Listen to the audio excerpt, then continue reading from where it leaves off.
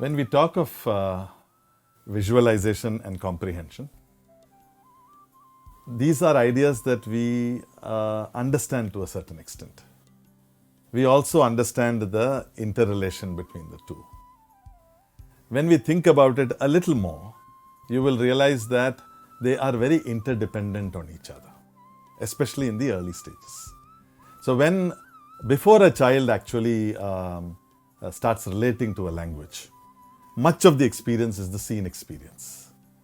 When language is used in, let's say, a manner like, come, let's jump on the bed, and you jump on the bed, the child actually relates that sentence to seeing somebody jumping on the bed.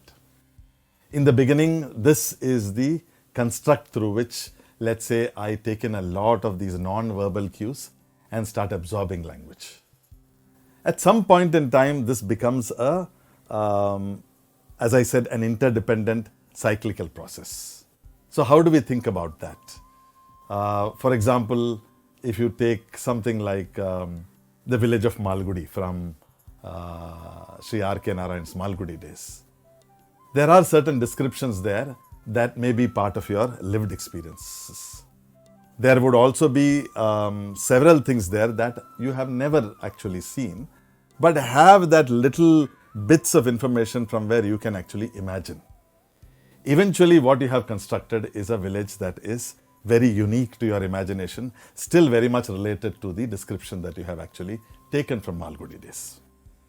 So this idea of differentiating between seeing, visualizing, and imagining is something that we need to understand a little better, because right now when you're looking at me and when I am actually talking to you here, there's this beautiful pillar, there's this lamp alcove, which is actually called a Vilakkamadam in Tamil.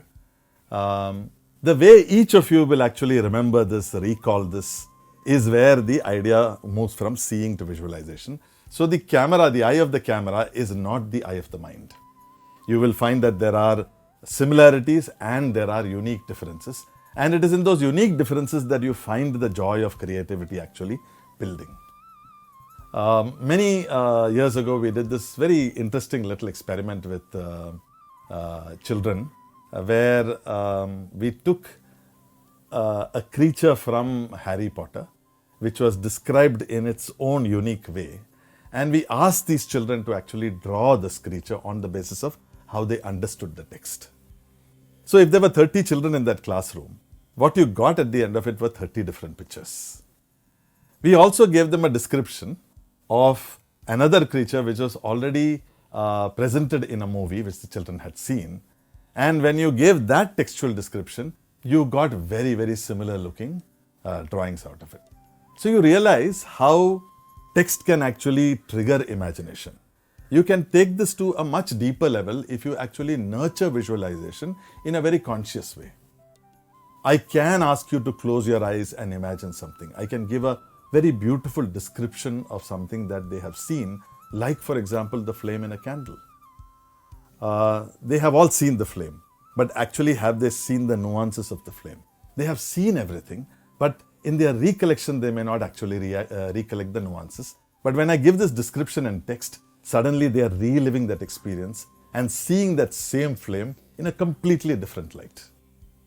Why this is important is that as we think about language as a medium of learning, it's very, very critical that my ability to visualize is nurtured.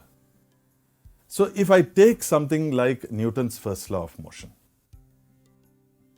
an object remains in its state of rest or of uniform motion unless acted upon by an unbalanced force. This is a set of very random, inaccessible words from the point of view of comprehension. But if I have nurtured visualization, I will find that there is a child who is able to, as the child is reading this, is imagining a ball at rest, imagining somebody pushing the ball, imagining the ball moving and somebody stopping the ball and the ball coming back to rest. The moment I am able to actually have this interplay between text and my visualization, suddenly my conceptual understanding has gone to a different level.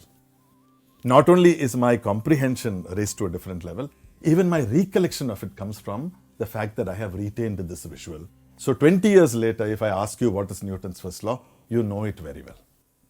This is something that we need to think about, specifically when we look at the ideas of deep comprehension, because a lot of our learning needs this ability to visualize at a deep level.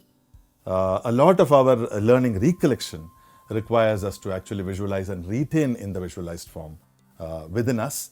And this is what goes from comprehension to conceptual understanding to critical and creative thinking. So visualization plays a very, very large role in taking us through these 4 C's of comprehension, concept, critical thinking, and creative thinking.